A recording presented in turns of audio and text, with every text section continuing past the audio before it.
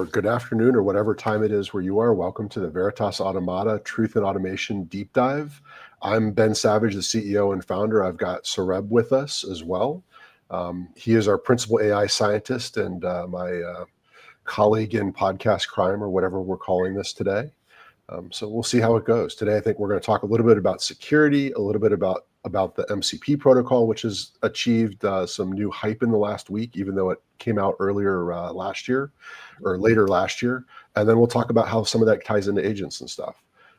So this morning, Saurabh and I were looking at a new article from the security perspective, and we've seen some increasing content coming around.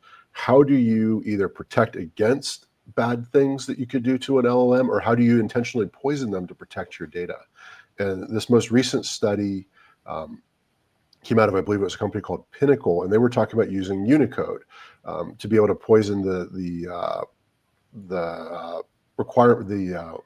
rules files for AI development tools. So that would be tools like Cursor or Tailwind, or there's a number of them out there. And this is not an inherent issue just with those tools. This is just one potential type of attack. And so when you look at the characters you see on your screen, they are what people usually refer to as ASCII, or they are Unicode. So those are hexadecimal character codes that are interpreted as part of to display on the screen. So if you were using a tool that doesn't happen to recognize the characters that you're using, they won't show. They'll show up as spaces, it'll show up as invisible, or they may show up as other characters. So it may look like an A, but it's not really an A. It may display that because that's the closest approximation your computer can use. And so that's what the whole idea of this attack is you can now put something in that doesn't display on the user's computer in these files, but if someone goes to use it, then it's going to go put a malevolent prompt into the as part of the generation. Which I thought was really interesting, because I've seen a lot of content, Saurabh, on how people are going to poison their data so that it can't be trained on. And this is a technique that can work for that too. I think so. So, the example you shared in the morning, they were including, it was a hypothetical example, like a bad JavaScript in the back. And they hid it in the rules file, wherein they're saying, hey, to do this security check, always include this. It does automated check so the LLMs thinks that, hey, it's a valid step in building a code. And it would incorporate that in a big HTML file somewhere in the bottom. And then you have a JavaScript that runs every time the code is executed, right? And they could be stealing your key prompts or whatnot, keys and everything out, right? So we were talking, hey, maybe the rules, why don't we people just look at that file and then do it? But then you showed me that, hey, there are ASCII character where you can write it in a way that it won't even render on the screen, but the LLMs can read it because it's going bit by bit, right? So that was very interesting. Well, and I think it highlights one of the things, whether it's large language models or conventional machine learning, you really have to spend some time to understand what data is it paying attention to. Because what makes these algorithms cool is they will find patterns that a human doesn't see. Yeah. But that's the downside sometimes too. Exactly. And, when you were training some on a large language model on a lot of data set where it has already been poisoned with some things like this, even if you have human annotators in the middle, they won't see it because you don't render on the screen as well, right? So how do you kind of deal with this? It's gonna be there because it's part of the security setup, but how do you kind of turn it? Because if you have spent few $1 million training your large language model, and then after the effect you discovered that there are poisoned artifacts in your training data set, how do you retrain them after removing it? How can you be certain that all of that poison pills have been removed, right? Kind of a thing. So it's an interesting and evolving area for sure. Yeah, I think it highlights that as you're doing your data ingest, however you're doing your training or your RAG or your enrichment or your embedding, you're going to have to build some filters in that make sure that there's no characters that wouldn't normally display it, right? And so the question is, how do you build those filters?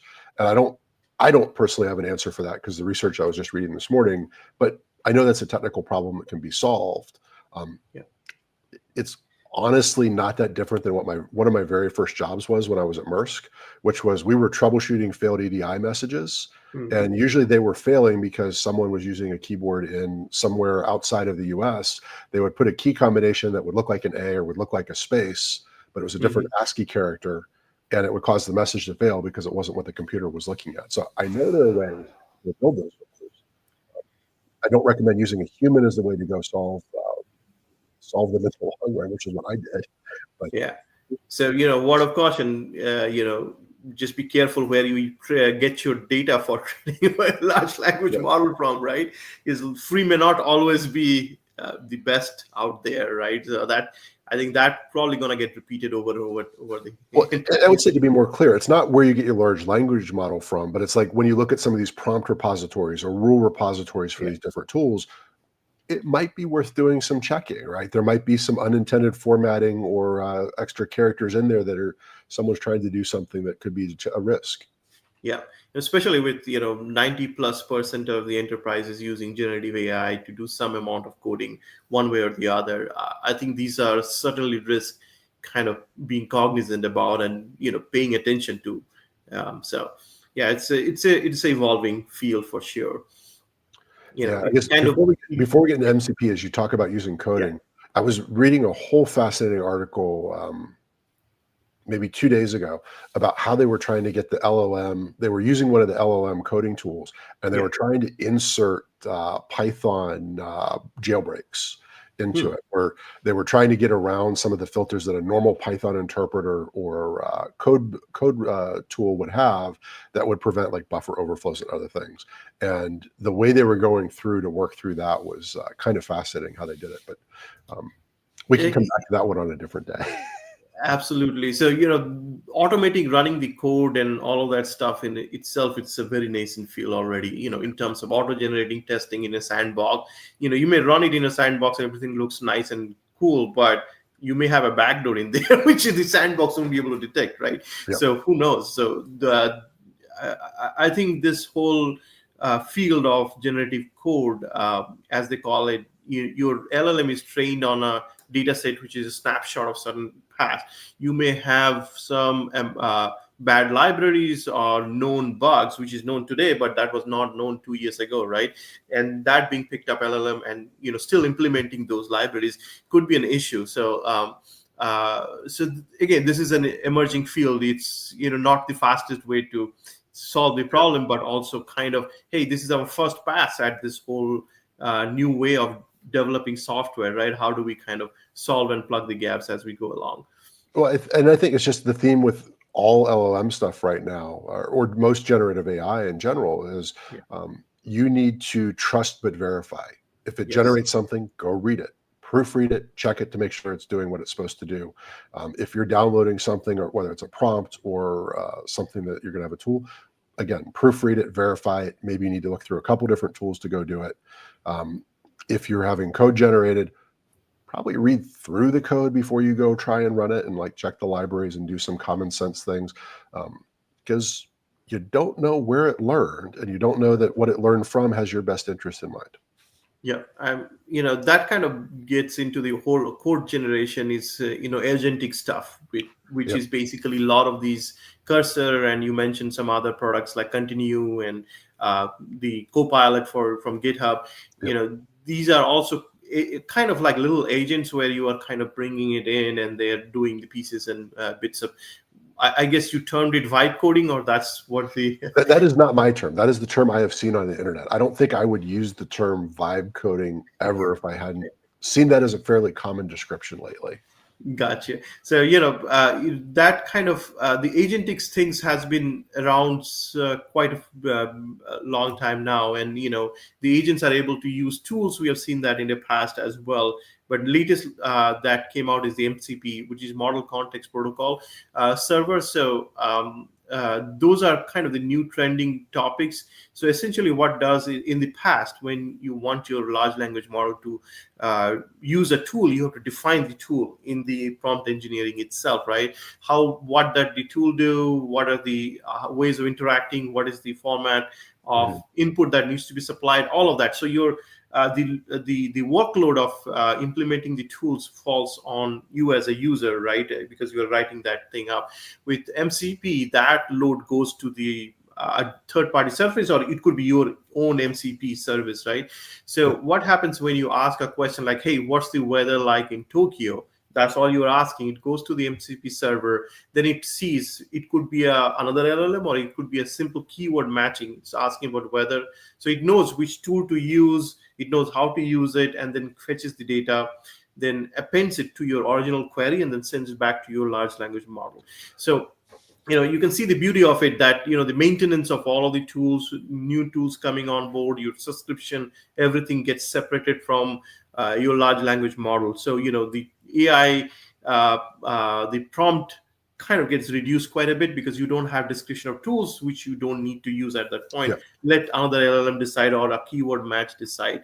So it's an interesting concept, and I think Anthropic was the first one that came up with it. Yeah, I If think I'm they proposed the standard, and then everyone right, is very quickly introduced it. I adopting think that, yeah, I think if I remember right, they introduced it in like November of last yeah, year of 24. And right now, what's happened is a whole bunch of people in the last 2 weeks to a month have released services that leverage or allow MCP integration.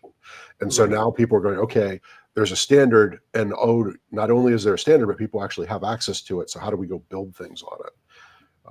I think one of the things that was really interesting to me was I just gave a presentation on Monday at St. Louis Tech Week about how to use LLM gateways and routers to Mhm. be able to manage both your cost and to minimize having to reintegrate every time you want to have a new library or a new LLM in. And this sounds like something that kind of fits either as part of maybe your LLM gateway or router, or a third piece in that system architecture. So now you've got a way to go standardize how your apps or your tools are calling all of your large language models. Then you're kind of cost optimizing, and now you've got a way to select which tools are they using when a model isn't the right solution to go do it. Yeah, I think the talk that you gave about the LLM routing is probably a superset of MCP, because it goes beyond tools and the stuff, right? Because you are optimizing against, let's say you have a query that needs thinking, like one of those thinking model, then it will route to an expensive thinking model, versus, hey, Yep. you're asking something just a simple lookup, that Llama 3.1 running on a single GPU without anything. You don't even have to go outside your infrastructure. That routing, I think routing is gonna be there, because amount of, like we were talking, that LLMs, they're going to be big LLMs that does thinking, and a massive that needs a GPU cluster to run, and then there are specialized smaller LLM that are fine tuned on your enterprise data to run, right? So how would you decide when to use one? Routing would be a Yep. perfect example of doing that, so that you are not asking to O1 model, ChatGPT O1 model, which is a thinking model, to write a haiku about a llama, but you are using something very simple, that Llama 3.1 running on your, even on your laptop, even at that point, right? Yeah. So, yeah, Well, and I think this is going to be one of the challenges of architecting applications, right? Because I know everyone for a long time has said it's all prompt engineering. Prompt engineering is like the littlest piece of this. yeah, And hmm, and I saw a really good description earlier this week of like what a good architecture description of how this works, right? So you have a um, engagement layer, which is kind of your think of that as your Slack or your Teams or your web page, how you're interfacing with everything. You have an intelligence layer, and then you have a record of truth. What's the data that's getting pulled in? Um, and that's probably at the 500,000 foot level in reality, because as soon as you go down to that intelligence layer and that record of truth, part of what we're talking about here, these are going to continue to get more complex, because I'm going to have to figure out which model am I going to call. I'm going to have to hmm, figure out which tools is that model going to talk to based on what the user's request was, in order to get the highest quality response at the lowest cost in the fastest amount of time. And depending on my use case, I may have to vary those three variables, right? Because I may care more about accuracy than I do about cost or speed in some use hmm, cases, like ones that involve someone's life or critical financial information. right. Other times, I may care more about speed because I'm dealing with a user interface. But how you architect the whole system to go through all that and make it traceable and make it diagnosable, that's going to be entertaining. Yeah, I mean, you bring out an interesting point as well, right? You could, there's a talk about replacing the legacy system with a large language model. We may not need to do that with this routing setup, right? If somebody's asking about their order, why is it delayed, or what's the status of an order, you don't need a LLM. Let the router route it through the usual decision tree or an expert system kind of a old school system, which you may already have in your system in place, right? So leverage that to get an answer back in a predictable manner, right? It doesn't go on and hallucinate at all. So it gives you exact answers and exact if you give a tracking number where it is. So yeah, Or you could use a tool to go generate to figure out the timing of it, and then you're using yeah, a very small, heavily embedded or templated model to generate that response back to the customer, where it feels a little more natural language, yeah, right? Because that is one of the things yeah, you've got to think about. Um, and these tools give us some different ways to think about customer engagement with some of this, which is how we communicate and engage with that customer. But right. there's the complexity there of making sure it's accurate, reliable. Yeah, it's not going off the rails. Yeah, I mean that's one of the beauty of this whole routing paper. I keep coming back to the routing paper because I think that's probably one of the key things. Because if you looked at LLM world, like even a couple of months back, it was all about prompt engineering, right? Because you were trying to get one LLM to do a lot of different things, and you were kind of duck taking and jerry rigging it with the prompting to make it do stuff. But with routing, now you can have multiple LLMs, multiple tools. They do specialized thing, and you don't have to prompt engineer that hard anymore. So the responses are getting more and more predictable, and the hallucination also goes down quite a bit because you are not convincing it to be somebody else to do certain things, kind of thing, right? Well, So I personally think too, some of the focus on prompt engineering was, I'll call it wishful thinking. This is probably a bit of a controversial take. It was people wishing they didn't have to pay developers, people yeah, wishing there was a simpler way to go work with some of the stuff, people not really understanding how the core technology works. They think you can do it all with a prompt. And yeah, the reality is you're still going to have to write code at certain points to really build these solutions to right. make them scalable, repeatable, consistent, and enterprise grade. Um, I haven't seen anything that proves it to me otherwise. No, I think you're right on the money with this kind of when you have a question and you're trying to decide which tool to use or which LLM to use, you also have the ability to bring business rules into it. Yeah, Maybe some person doesn't have access to certain tools. You can apply all of that safeguarding at that point itself, right? When the response comes back, you can also do a hallucination check and different using different tools as well, right? So like you said, if response determines what treatment a patient is getting. So we want to throw all of the hallucination checks and data validation tools on it versus somebody who's just asking for a haiku or a song. You don't need to throw all of that compute against that query, right? So your cost goes down and you're spending your resources where it's really needed. That wasn't there earlier, right? You would have like a big model, like publicly, and let them do all of that stuff, but yeah. through prompt engineering. But the problem with prompt engineering is that you cannot reduce your prompt based on what they're asking. It's always the same big couple of pages worth of prompt going in and out, and you're paying for those tokens. But with routing, again, it's very tailored, so you can pick your templates. Okay, it's asking for me this. You could even tailor it to down to LLM, saying that I know that Mistral does well with this prompts template. Use that. So now you can get both, best of both the worlds with this kind of a setup for sure. Well, and I think there's a whole interesting thing because your example with the life science brings it back to mind. As we think about how these MCP servers can be structured, there's a whole interesting thing between that and the gateway to start to figure out whether you call it accuracy or risk. I'm going to use the term risks. I think how much risk you can take in the response, Hmm. um, and it being inaccurate being so the more risk you take, the more likely it is to be more inaccurate, for example. That becomes an interesting way to think about how to structure even tool use so that it knows, hey, I've got an image, I should always run it through this because this is a verified tool Right. versus run it through, let's say, a multimodal model where I can do image recognition in that, right? Yeah. Depending on your use case to be able to qualify that. So that'll be an interesting thing to think about as you have to run all that through the application, because now you're thinking about at the engagement layer, the user's engaging, and I'm probably not going to ask the user what their risk tolerance is Right. or their accuracy tolerance, because I know users, they're going to do something that will cause it to go off the rails, right? Yeah. So you have to figure out how you structure that piece, and then it's going to have to go through, probably at that router level where Hmm. which is where in my head, it makes the most sense to have the MCP engaged as well. So now it knows the model and the right tool to go call as part of that set of prompts. And how do I you think carry through that risk score all the way through? correct.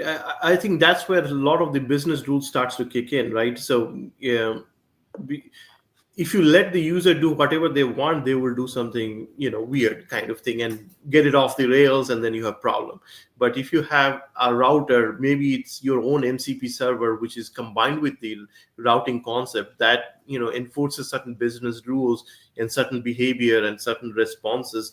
I think there's a lot of value add in that. So you're getting some of the control back from LLM to a more streamlined pipeline. You still have that beauty of generative and logical thinking, but now you are enforcing some of the business practices into it, the business rules on top of it, to get it more manageable for sure.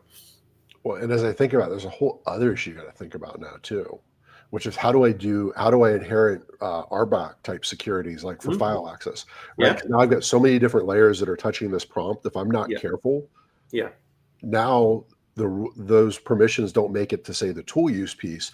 The tool goes and scans everything and Mhm. brings the wrong data back. Yeah.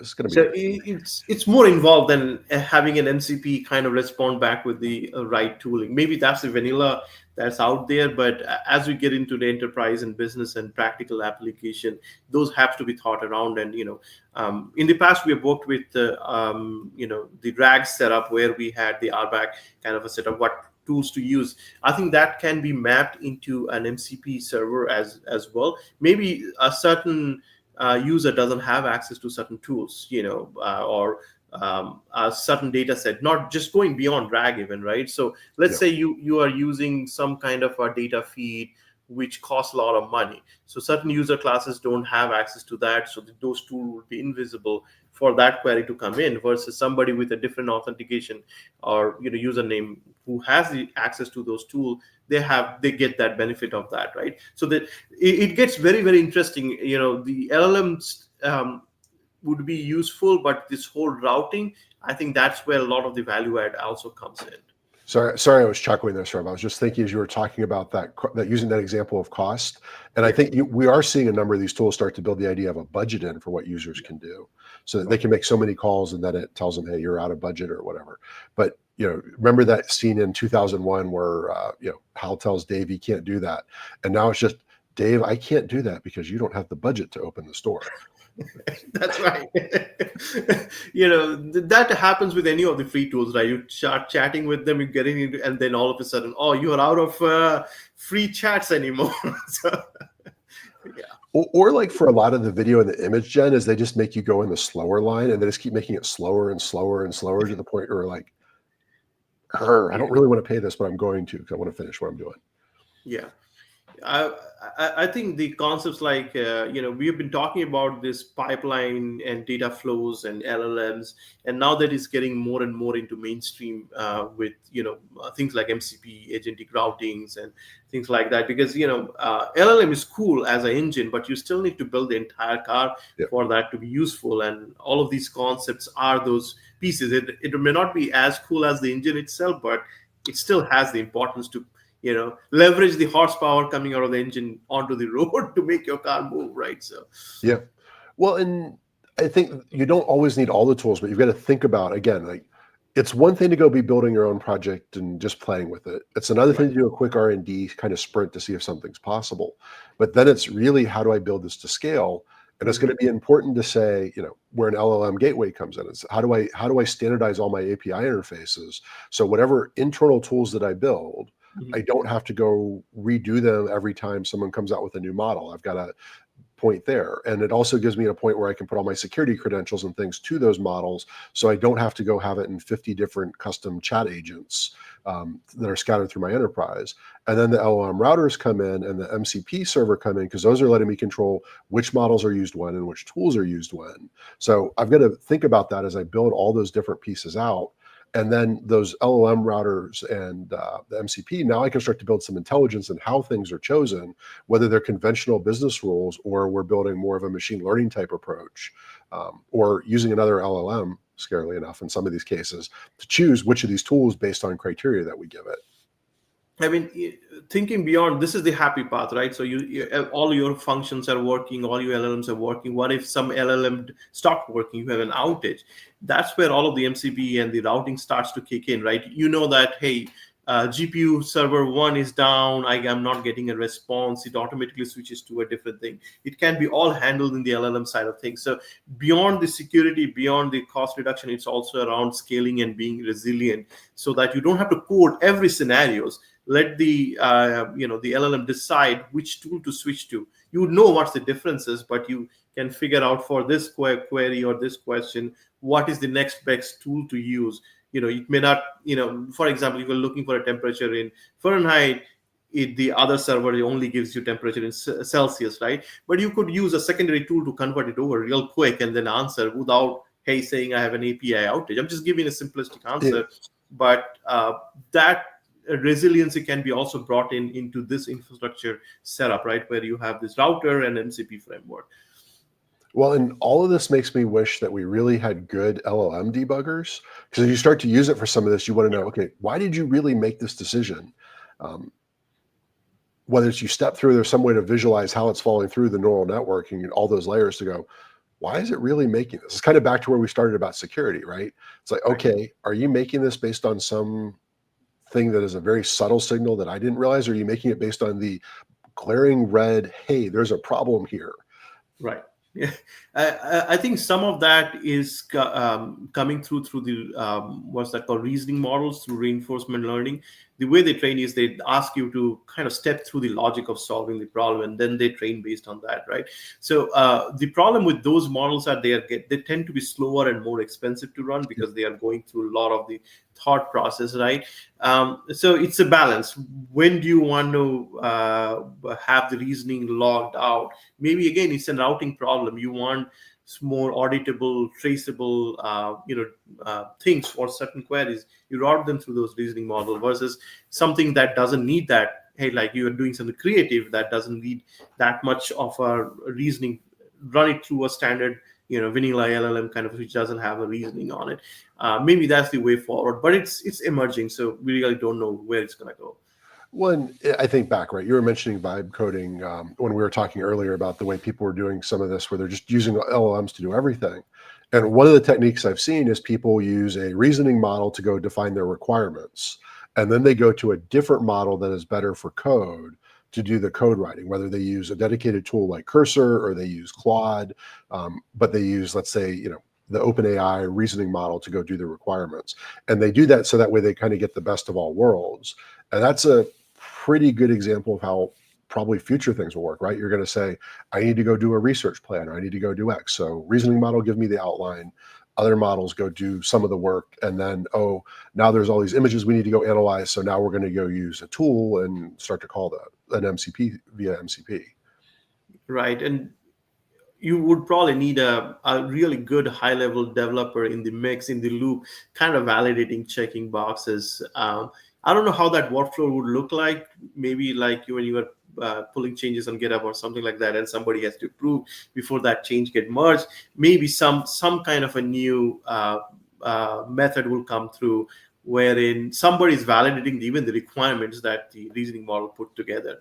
Maybe they have gone down in a tangent path which doesn't, where you don't want it to go. It doesn't have business value, right? So kind of truncating that branch out, and then validating that, or even on the Or it testing. misses requirements, or it uses libraries where you're requiring open source and it starts using something that's got some commercial aspects, or Yeah. it's using something that would only run on Windows but it won't run on other operating systems. Yeah. I can see a ton of reasons just at the requirements level to start. And then as you get into the code, now you're going to have people who understand some of this. I think using GenAI for all these tools and LLMs and are super, super cool.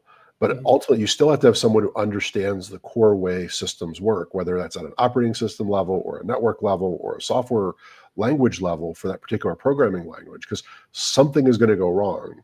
So Yeah. you need a way to actually troubleshoot it and be able to ask the right questions. Because there's always a chance that whatever tool you're using, particularly if you don't always, and maybe I'm more sensitive than most, because we do a lot of work in C, C++, very low level languages as part of the IoT work we do. Those are not well covered in GitHub. Python, I don't Yeah, worry too much about it. JavaScript, I yeah, don't worry too much about it. But yeah. like, I don't know if I trust any of these tools to really look at C, C++ yet. Yeah, it's just the sheer amount of code out there to train it. Um, Plus, see, it needs quite a bit of understanding of the addresses and stuff like that. I'm not sure it will cook up a new address and wipe your whatever, crash your system. Who knows? Yeah, Well, and particularly when you're dealing at the embedded level, right? yeah, Different hardware solutions, like there's not a universal board that everything works on. Whereas, remember, right, JavaScript and Python are interpreted, so they don't really care about the hardware underneath. yeah. That's kind of the benefit of like those in Java. But when you get to a compiled language, you really do care where that memory register is, or which pin are you going to turn on or off. And if you turn the wrong one on, it may send power to something that shouldn't have it, and that could be bad. Mhm. Entertaining, but bad. Yeah, I mean, LLMs are really wonderful, but we have to pay caution around how we use them. I think it's responsibility of the end user, not the LLM ultimately, right? They are cool tools for sure. So, But very you cool. can have lots and lots of fun having them generate all kinds of stuff that maybe, um, back to earlier, right? You can use them to generate theme songs for things that may not need theme songs, but that's a future experiment. As we close this session, maybe I'll ask you a question. So, what is the future developer look like? Like a pilot with a cockpit with lots of dials, maybe one dial looking at the requirement, the other which library is using, or is it more like a Tesla autopilot with hands off? And how would it look like? So I think a lot of people want the latter.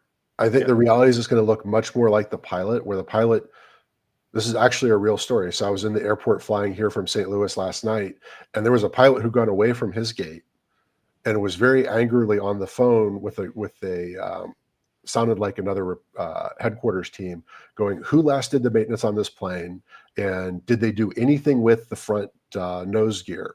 And he was asking because apparently there was a rod that wasn't configured right, and it wasn't steering correctly. Um, and he understood the aircraft at that low a level, not just to fly Mhm. it, but when Yeah. something wasn't behaving right, he could go ask the right questions of the maintenance crew to say, "Okay, what's here?" So then he could go start to figure out, work through, because he had to work and make through sure the plane was safe to fly and land and take off and do everything needed. So I think those developers are going to end up much more like that pilot scenario, where they're looking at the requirements, they're looking at what the large language model is doing, they're looking at the code, but they have to have that deep understanding of the code. So people who are saying we're going to get rid of developers, they're going to be even more important, because the issues that we create are going to be so much more complex when they do Mhm. go wrong, that Yeah. you need those people who can go troubleshoot. So then the question becomes, how do you create a path that trains the junior developers and gives them a career path to start? So you're not wasting their time doing, my favorite term for it's yak shaving, right? Where you're doing create, replace, update, delete, those kind of basic kind of stuff that we all had to do at some point when we were learning to program. They're not just doing that, but they're continuing to work up and understand, how does the interpreter work? How does the compiler work? Is it really multi-threaded or not? What are the issues when I run into these kind of scenarios? So that way you can start to go work through all that. Because when it goes wrong, it goes wrong it's going to go wrong in much more interesting ways than it does today, because it's not going wrong. You're not stepping into the error. You're building everything and then it blows up. Yeah, using LLMs to debug the LLM's code, it's a slippery slope. I've been in there multiple times. It just makes a Rube Goldberg machine out of a very simple problem. When you step back, I'm like, huh? What? Why can't we Well, do it this way? well, and that's kind of, we were talking about the code it was all trained on, right? If you're not feeding it in highly optimized, efficient code, Right. it doesn't know how to go build highly optimized, efficient code. It knows how to build what it's seen. Yes. And So a lot of it is, yeah. if I go feed it the biggest, most ridiculous code out there, which some open source is just because of the nature of it, right? If it's a project that runs for 20 or 30 years, it's going to have some Rube Goldbergness to it. I hate to say it. Yeah. It's the nature of it, because no code grows. It evolves and builds a life of its own sometimes. Yeah. Um, so you may not be working from the best data set to optimize sometimes. That's true. So the future of the developers, they will be wearing VR headsets with lots of dial, something out of the cyberpunk game. Yeah, they'll probably have like the little voice assistants that are telling them, don't go here, here's where the ice is, or avoid this, or they get to run something cool. But their tools are going to change, but I don't think they go away at all. Yeah, absolutely. Very cool. Cool. Well, I appreciate you joining me today, Saurabh. I appreciate everyone who listened in. And if people have questions, feel free to post them to our LinkedIn or one of our different places where this is hosted. We're always glad to ask. If people have topic ideas, we're always curious about that. We don't like to be bored, so we're always continuing to research, as you kind of pick up from this podcast, on what's going on. So we appreciate everyone. Thanks, everybody.